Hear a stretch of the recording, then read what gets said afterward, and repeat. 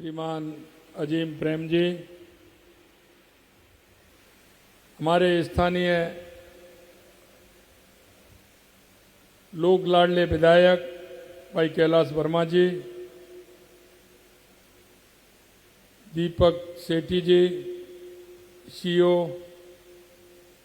MD JCB, Shri प्रतीक Kumar ji, MD Wipro, Shri Ajitabh Sharma ji, प्रमुख शासन सचिव उद्योग, श्री सीताराम गणेशन जी, प्रेसिडेंट विप्रो हाइड्रोलिक, एवं मेरे सामने बैठे सभी इस विप्रो हाइड्रोलिक प्लांट के अधिकारी, सभी कर्मचारी, सभी मेरे भाई और बहनों, हम सब के लिए बड़ी गर्व की बात है कि हम सब हमारे यहाँ जो इस क्षेत्र में काम करने वाले कॉरपोरेट समूह हैं और विप्रो का हाइड्रोलिक प्लांट जो शुरू हो रहा है, निश्चित रूप से एक जयपुर के अंदर नई शुरुआत की है। इसके लिए मैं आप सभी को बहुत बहुत बधाई और साधुवाद देता हूं, क्योंकि आने वाला समय हाइड्रोलिक सिलेंडरों का उपयोग विभिन्न क्षेत्रों में होने वाला है।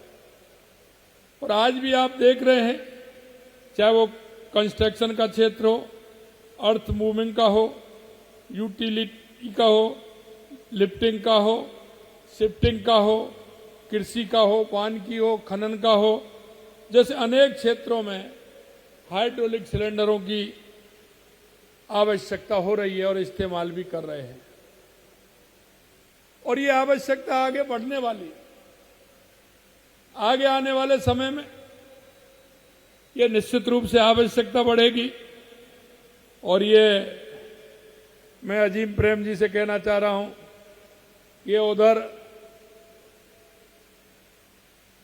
दक्षिण की तरफ तो काफी आपके प्लांट हैं, लेकिन आपने एक राजस्थान के अंदर ये प्लांट लगाया है, इसके लिए भी मैं आपको बहुत बहुत बधाई और साधुवाद देना चाहता हूं।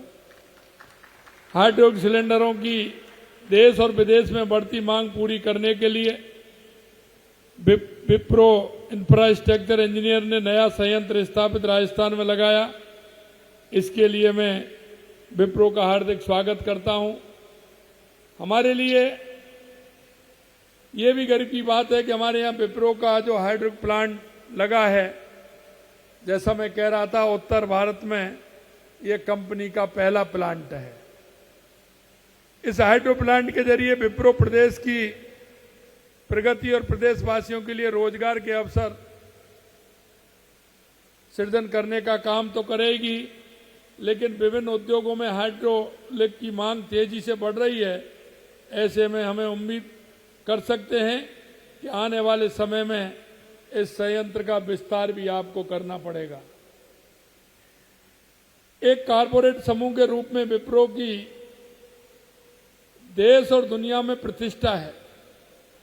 आजादी से पहले 1945 में आपका सफर शुरू हुआ था और आज आईटी इंजीनियरिंग, एफएमसीजी क्षेत्र में विप्रो एक मजबूत कंपनियों में शुमार होती है।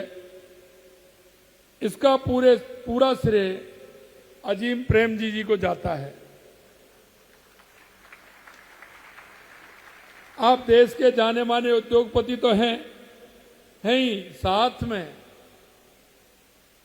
आप दानदाता भी बड़े हैं।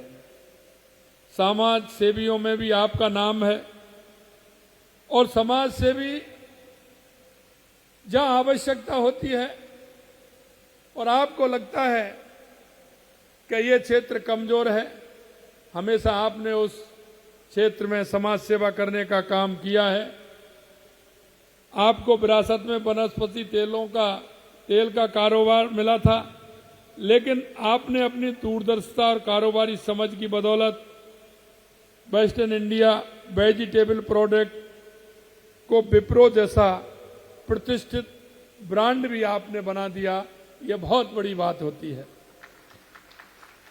अजीत प्रेम जी साहब ने विप्रो का 53 साल तक नेतृत्व किया, तभी विप्रो आज इस मुकाम पर पहुंची है।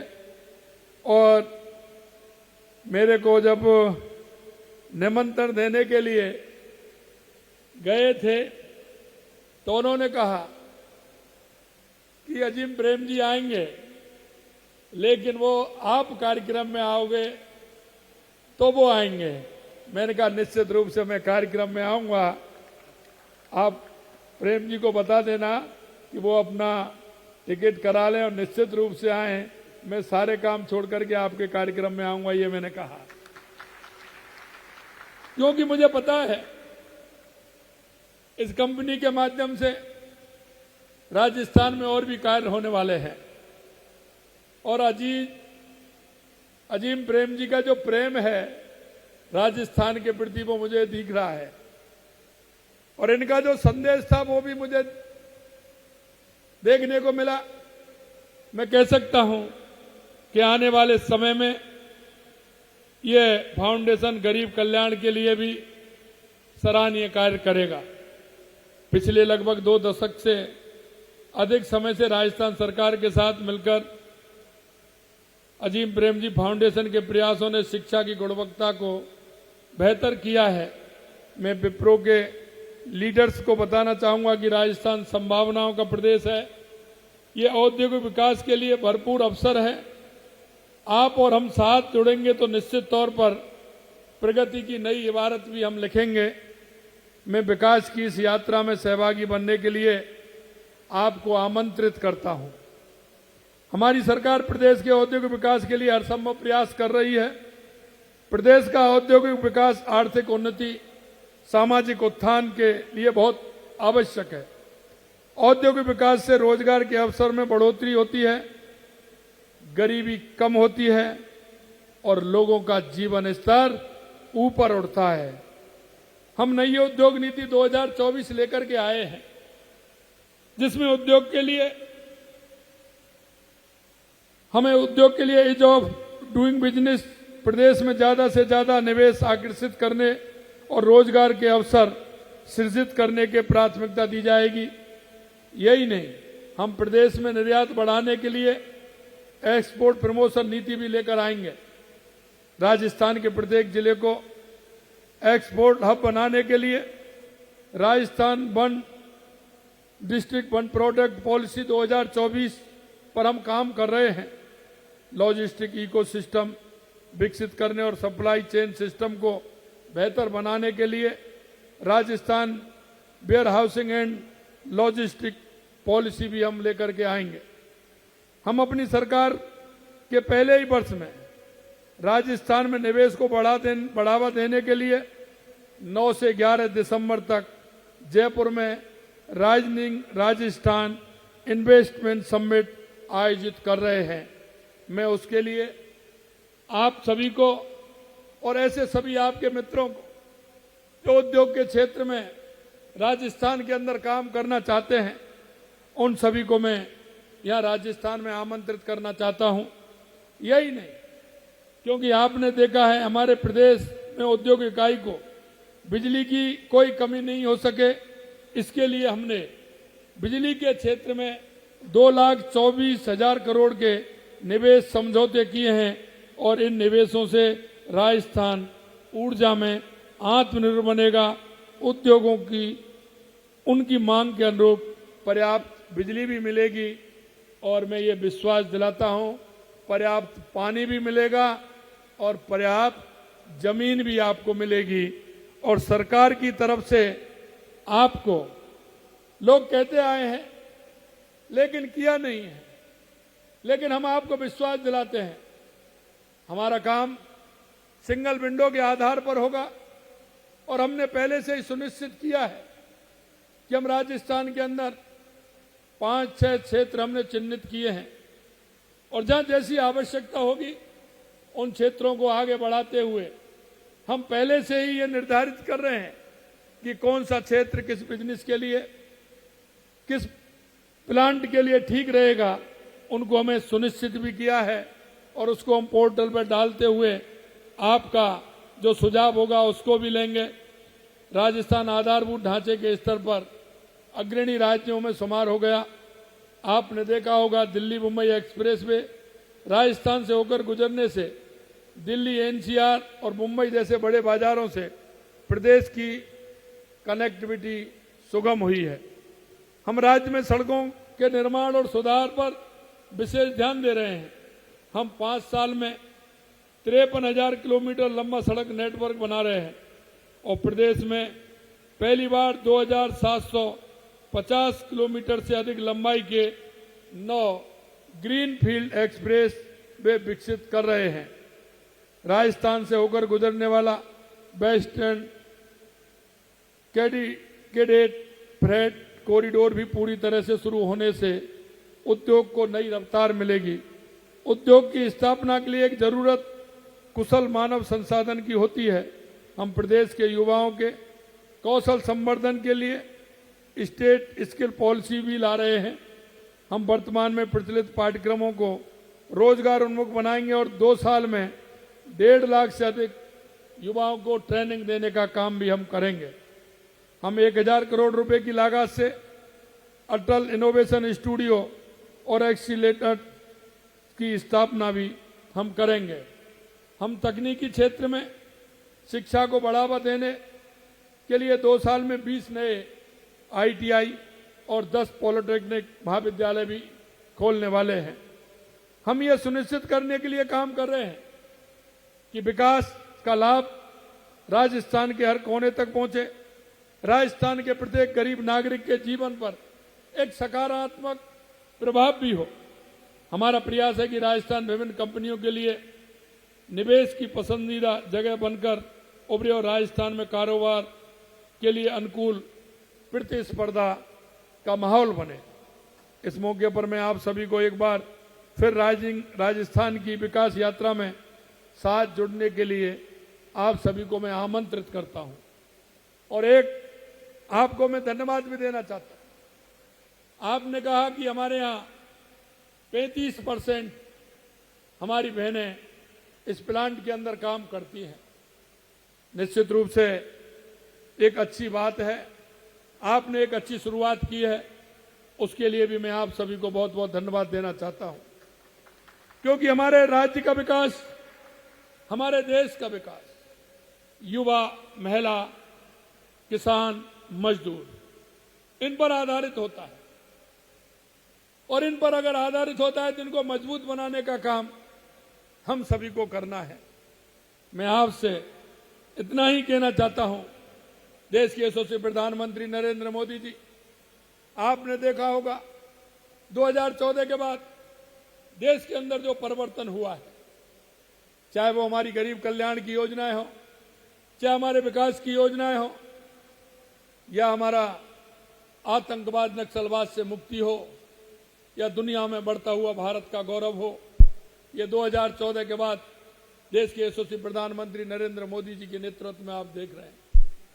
और मैं हमेशा कहता हूं कि विकास के लिए और विकास को आगे बढ़ाने के लिए हमें एक टास्क लेना पड़ता है। और आप देख रहे हैं देश के यशस्वी प्रधानमंत्री नरेंद्र मोदी जी ने विकसित भारत के लिए उन्होंने जो टास्क लिया है, हर 5 साल में किस तरह से टास्क लिया और 2047 तक हमारा भारत विकसित बने, हमारा भारत दुनिया का नंबर 1 का देश बने, दुनिया में हमारी पहचान हो, दुनिया के अंदर हमारे इंजीनियर, हमारे वो सभी लोग आगे बढ़ते हुए काम करें। मैं आज इसी आशा और विश्वास के साथ आपने जिन इरादों से जिस राजस्थान के युवाओं को आगे बढ़ाने के लिए हम सब ने जिस तरह की काम किया है और आपने जो सोचा है, निश्चित रूप से आप इस क्षेत्र में और आगे बढ़ें।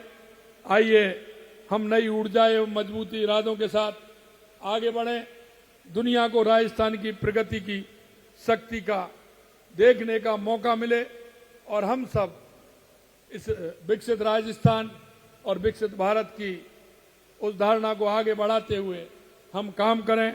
अंत में मैं इतना ही कहना चाहता हूं कि आप कोई भी काम करते हैं लेकिन उसमें सुधार की भी गुंजाइश होती है और आगे बढ़ने की भी गुंजाइश होती है। नए नए काम हम किस तरह से करें, मैं इतना ही आपको विश्वास दिलाना चाहता हूं। राजस्थान के अंदर आप काम करिए, निश्चित रूप से सरकार पूरी तरह से हर क्षेत्र में मदद करने के लिए तैयार है। आप पूरी तरह से, हमारी सरकार आप सभी की मदद करेगी और राजस्थान को एक विकसित राजस्थान, क्योंकि जो हमारे पास आवश्यकता है, हमारे पास 2 कमी थी लेकिन उनको भी हम पूरा कर रहे हैं। हमारे यहाँ बिजली की कमी, पानी की कमी, लेकिन हमारा ये वर्ष हमारा पानी और बिजली के लिए है। आपने देखा होगा पानी के क्षेत्र में भी हमने काम किया है पूरे राजस्थान के अंदर और बिजली के क्षेत्र में भी काम किया है। आने वाले समय में किसी भी प्रकार की कोई कमी नहीं होगी। मैं पुनः आप सभी को आमंत्रित करता हूं राइजिंग राजस्थान की जो आगे दिसंबर में होने वाला है उसके लिए पुनः आप सभी को आमंत्रित करना चाहता हूं। आप सभी ने बुलाया, मान सम्मान दिया और इसका आज एक जयपुर के अंदर एक अच्छा कार्यक्रम हुआ, उद्घाटन हुआ। आज से ये काम करेगा, इसके लिए मैं आप सभी को पुनः बहुत बहुत बधाई देना चाहता हूं। आप सभी को बहुत बहुत धन्यवाद। जय हिंद, जय भारत, जय राजस्थान।